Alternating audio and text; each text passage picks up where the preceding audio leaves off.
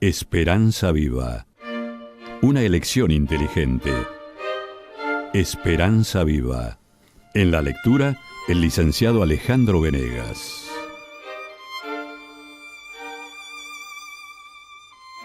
Capítulo 7. Milagros innegables.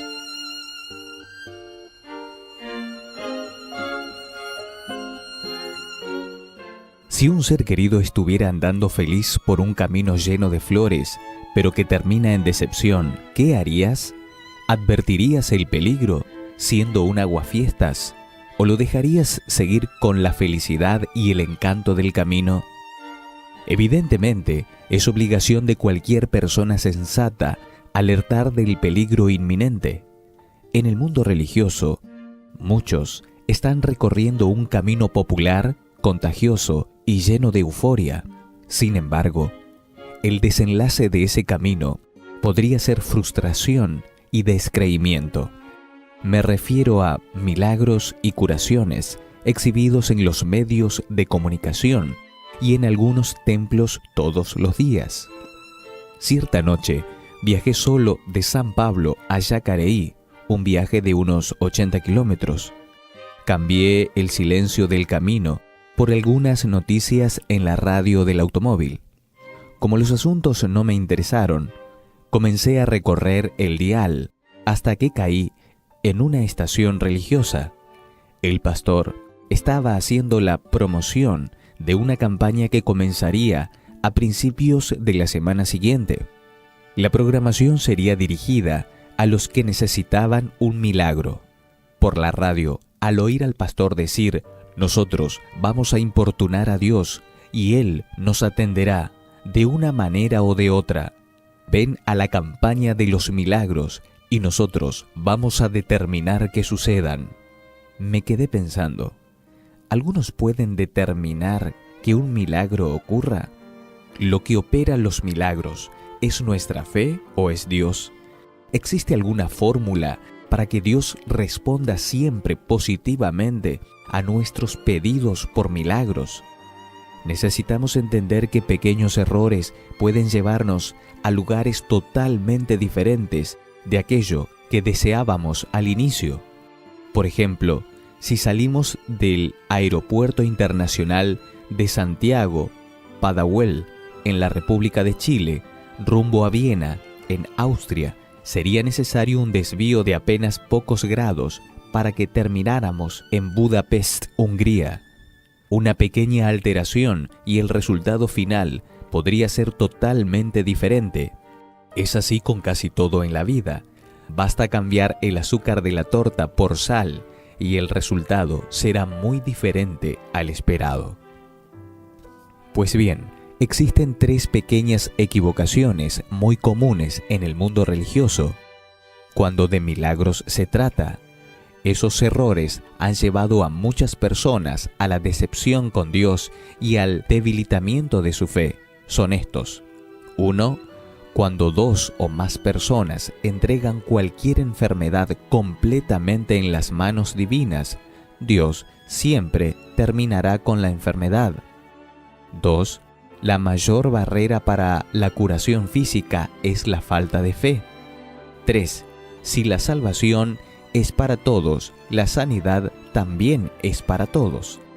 De hecho, Dios es capaz de realizar cualquier milagro en favor de cualquier persona, independientemente del tiempo, el lugar o las circunstancias. De todos modos, nunca podremos olvidarnos del principio fundamental para que ocurran los milagros. Todo milagro es prerrogativa divina. Es Dios quien opera la curación, nunca el ser humano. Por lo tanto, cuando de milagros se trata, ninguno de nosotros puede determinar algo. En realidad, Dios concede el milagro a quien Él desea, si Él así lo decide y de la manera en que Él decide. Nuestro papel es apenas pedir y aguardar la respuesta del Señor. Seguramente has visto o supiste que Dios concedió milagros a algunos y a otros no. Esa cuestión incomoda a la mayoría. ¿Por qué Dios cura milagrosamente a un niño de cáncer y a otro no? ¿Por qué algunos niños nacen perfectos? Un legítimo milagro presenciado todos los días y otros no nacen así. ¿Por qué después de tener el auto destruido el conductor muere y el pasajero del mismo auto tiene apenas unos pocos raspones? Muchas conjeturas son realizadas por familiares desconsolados, pero la verdad es que estamos frente a un misterio.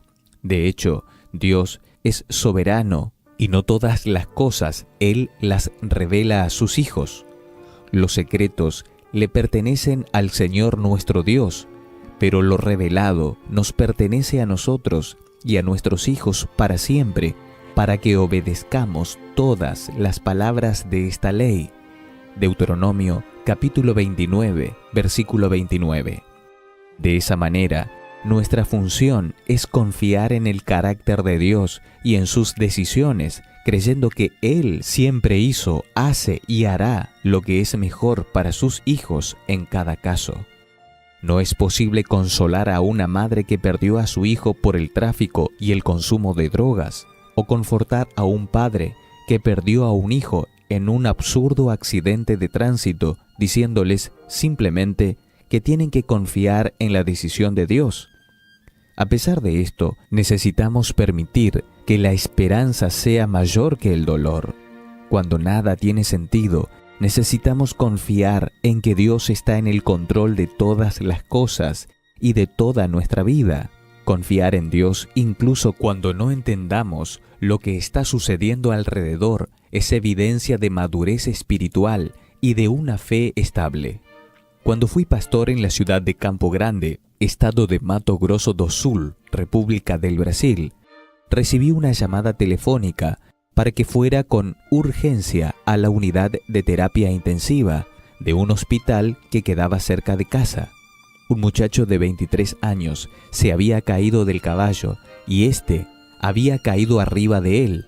El joven estaba teniendo crisis convulsivas a cada instante y eso dificultaba los procedimientos para intentar salvarlo. Fui lo más rápido que pude y encontré a dos muchachas desesperadas en la sala de espera de la unidad de terapia intensiva. Eran las dos hermanas del joven. Me explicaron lo que había sucedido y me rogaron que hiciera que las convulsiones se detuvieran. Decían que confiaban en mí porque una amiga de la familia era miembro de la iglesia que yo pastoreaba y siempre había hablado muy bien de mi ministerio. Ellas realmente creían que yo tenía una señal VIP frente a Dios, una especie de atajo espiritual que sería escuchado y atendido con mayor rapidez y de forma positiva por el Dios de los cielos. Intenté explicarles de la manera más apropiada que pude que nuestra función era orar y Dios, si en aquel caso así lo quisiera, realizaría el milagro. Ellas no aceptaron mi explicación y me dijeron que yo no tenía la suficiente fe para mover la mano de Dios. Una de ellas me explicó que necesitaba a alguien con fe y consagración para solucionar el problema del hermano. A pesar de la situación bastante vergonzosa, pedí permiso para entrar en la unidad de terapia intensiva y orar por aquel muchacho.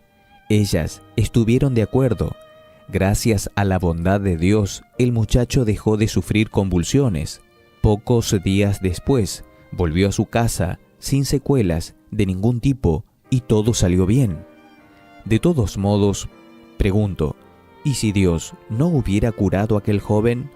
¿Continuaría siendo bueno?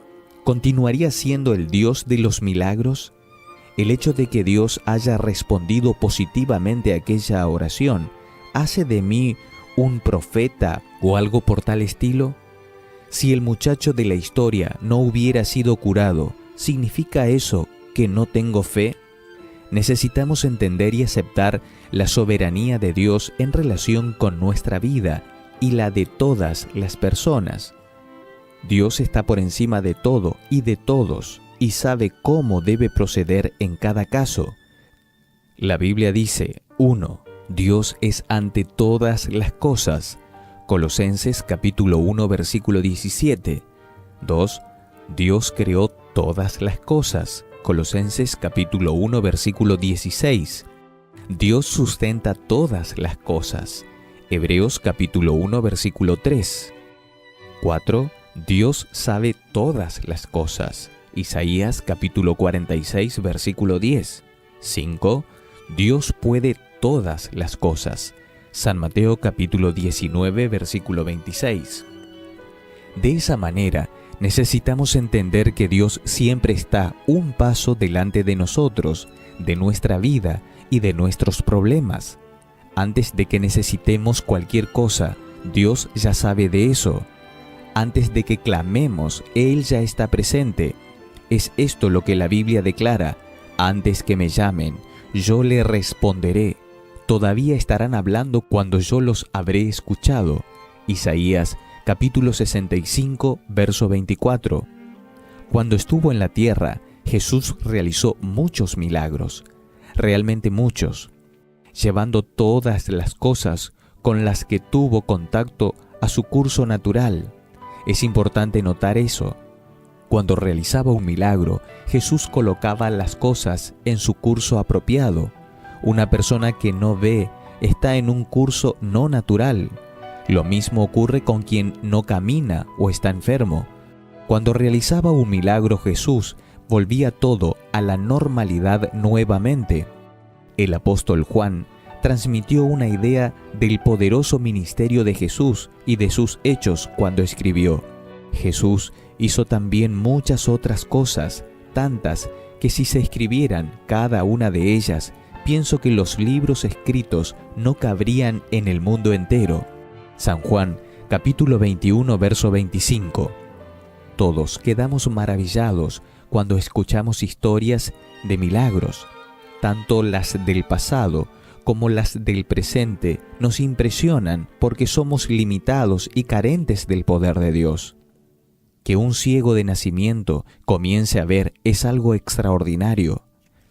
Que un paralítico vuelva a caminar despierta admiración. Un bebé encontrado vivo dentro de una bolsa de basura flotando en una laguna emociona a un país entero. Me pregunto, ¿de qué vale que un ciego comience a ver si pierde la vida eterna? ¿De qué sirve que alguien pueda caminar si pierde la oportunidad de vivir para siempre?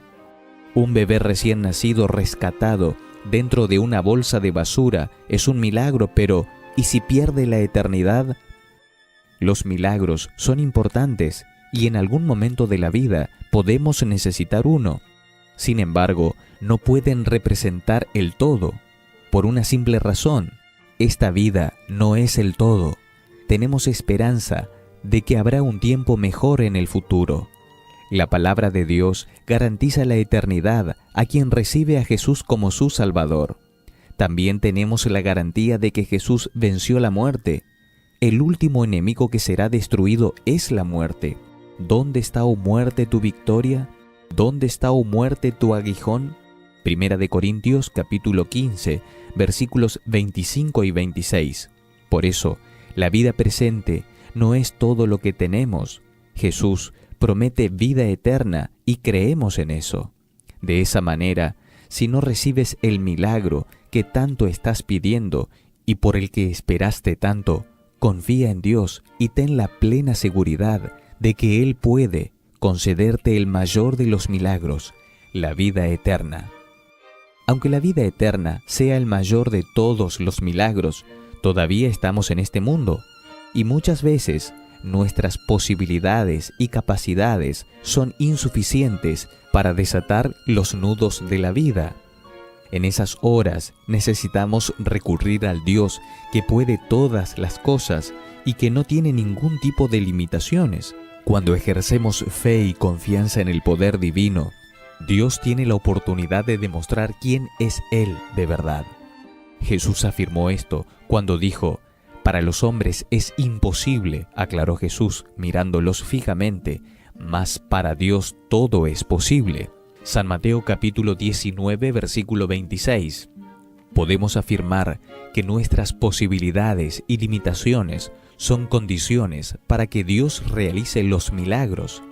El sentimiento de dependencia es el primer paso de la fe y de la confianza en Dios.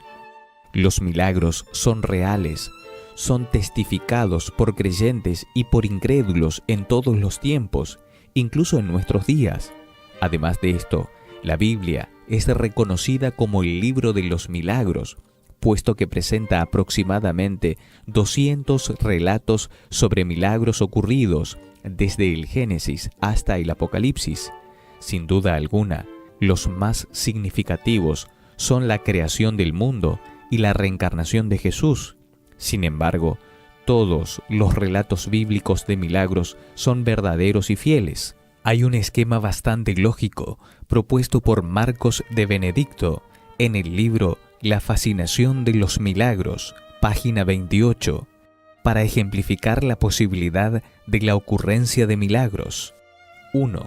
Si Dios es inteligente, existe la posibilidad de que Él actúe. 2. Si Dios es poderoso, existe el medio para que Él actúe. 3. Si Dios es amor, existe la posibilidad de que Él actúe. 4.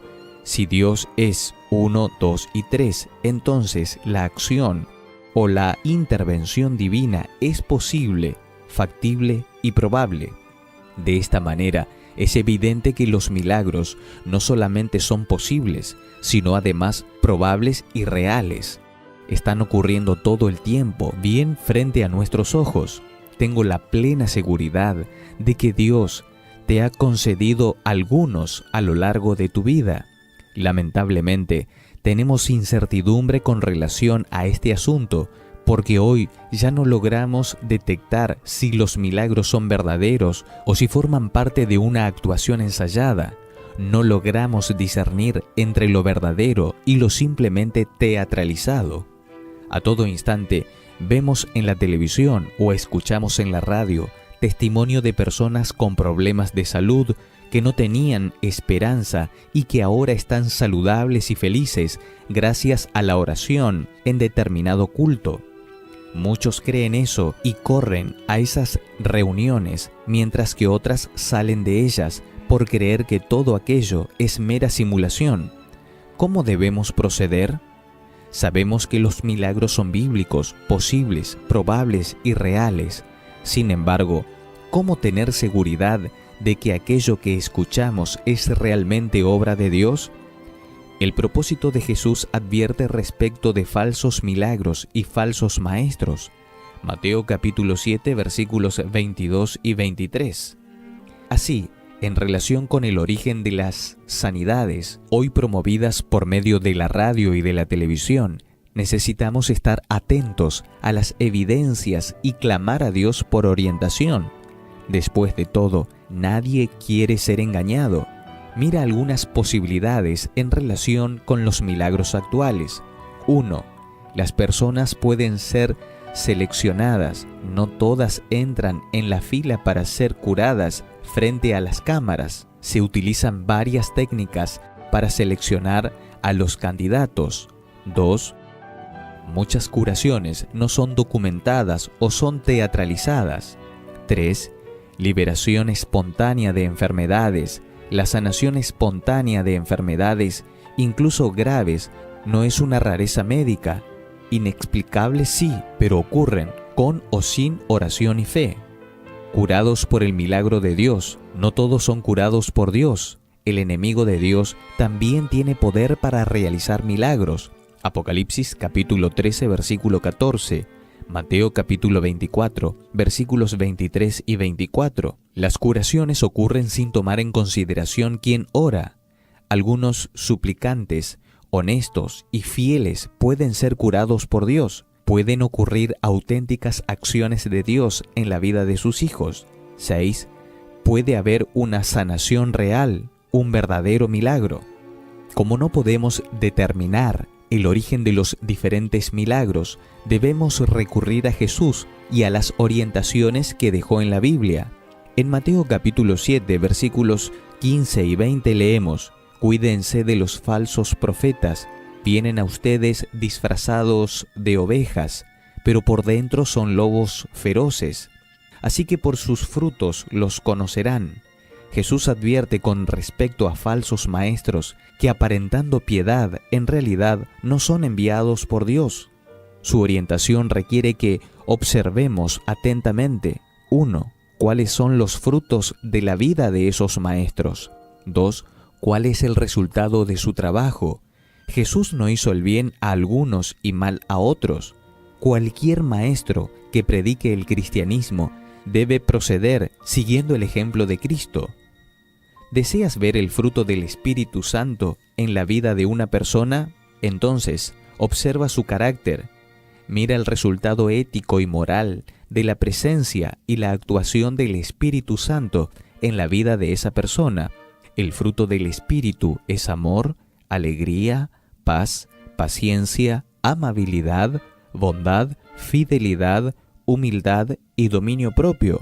No hay ley que condene estas cosas. Gálatas capítulo 5, versículos 22 y 23. Eso realmente tiene sentido. Incluso el enemigo de Dios puede realizar milagros y prodigios. Apocalipsis capítulo 16, versículo 14. Pero solamente alguien verdaderamente convertido puede presentar el fruto del Espíritu. Observa a las personas que hablan de Dios y usan la Biblia, y compara su perfil con Gálatas capítulo 5, versículos 22 y 23.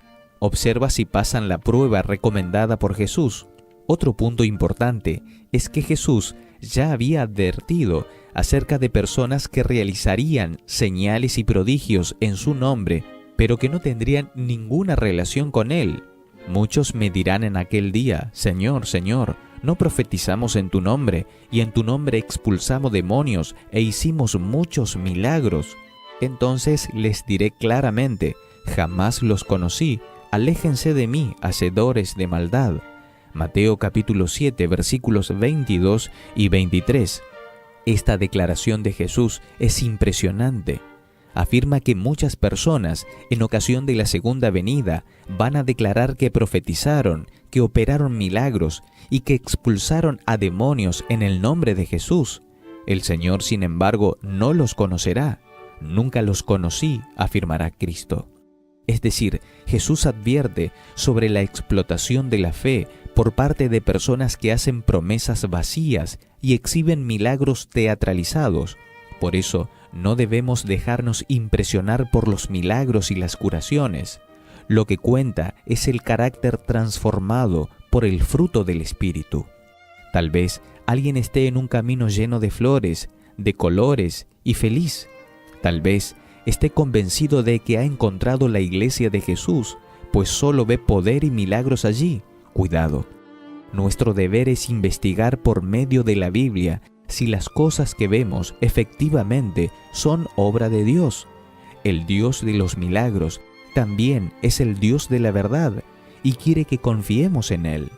No necesitamos mediadores humanos para alcanzar el favor divino. Nuestro único intercesor es Jesucristo, y Él nos guiará a toda la verdad. Él nos dará la victoria sobre la mentira con apariencia de verdad, y la esperanza viva inundará nuestro corazón.